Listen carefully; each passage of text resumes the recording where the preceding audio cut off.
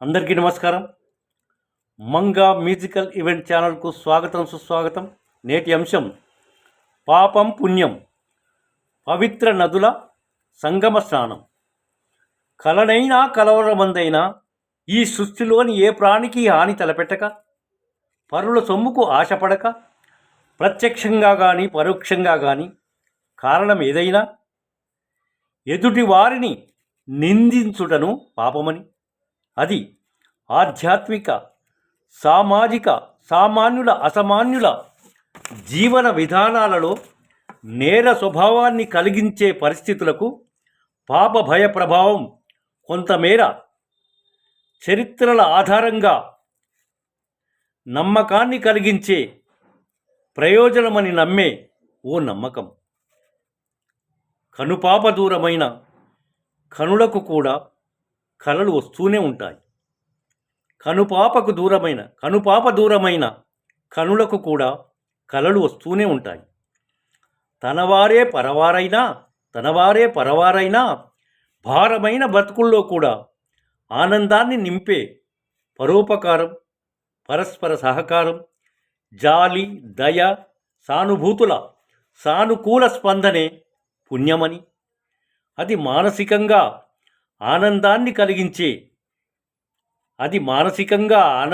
కలిగించి మంచికి ప్రతీకగా నిలిచి నమ్మిన మనుషుల నమ్మకం. పాపం పుణ్యం సామాజిక ప్రయోజనాలుగా మార్చుకొని సమాజంలోని కొన్ని సామాజిక వర్గాలు సొంత ప్రయోజనాల కోసం తమ సిద్ధాంతాలను సైద్ధాంతిక పద్ధతిలో సంఘంలో కొన్ని శతాబ్దాల కిందట జరిగినవో లేదో కూడా రుజువులు లేని చరిత్రలను చూపుతూ బ్రహ్మహత్యా పాపం, పితృ మాతృ సోదర సోదరి బంధాలకు ఒక్కొక్క బంధానికి ఓ పాపాన్ని అంటగడుతూ భరించే శక్తి లేకున్నా పాప భయాన్ని భయంకరంగా చెబుతూ ఆర్జన కానిచ్చే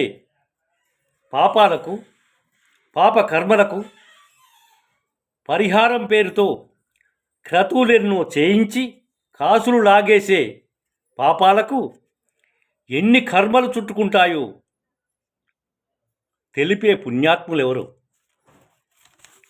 పుణ్యానికి ఎన్నో నిర్వచనాలను చెబుతూ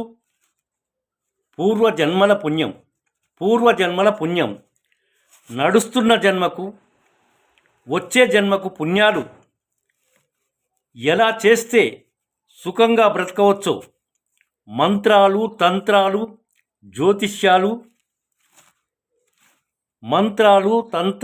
జ్యోతిష్యాలు చెబుతూ మేమే దేవుళ్ళమంటూ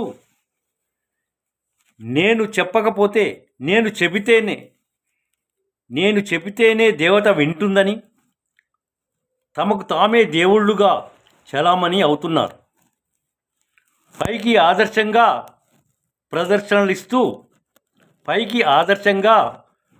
ప్రదర్శనలిస్తూ ఆశ్రమాలలో అన్ని వ్యవహారాలను చక్కబెట్టుకుంటున్నారు. పుణ్యనదుల స్నానం పాపాలు పోగొట్టుకోవడానికి, పుణ్యాలు రాబట్టుకోవడానికి పవిత్ర పుణ్యనదుల సంగమ స్నానం. అంటే ఎన్ని పాపాలు చేసినా పోతాయి, మళ్ళీ పాపాలు చేయొచ్చు. పుణ్యం వస్తుందో రాదో కానీ రోగాలు మాత్రం తప్పకుండా వస్తాయి. తొక్కిసలాటలో పిల్లలు, వృద్ధులు, అమాయకులెందరో ప్రాణాలు కోల్పోగా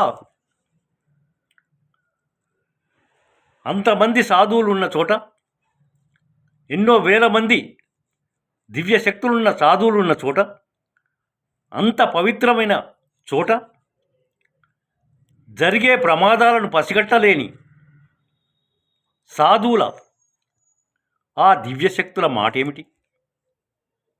జై హింద్.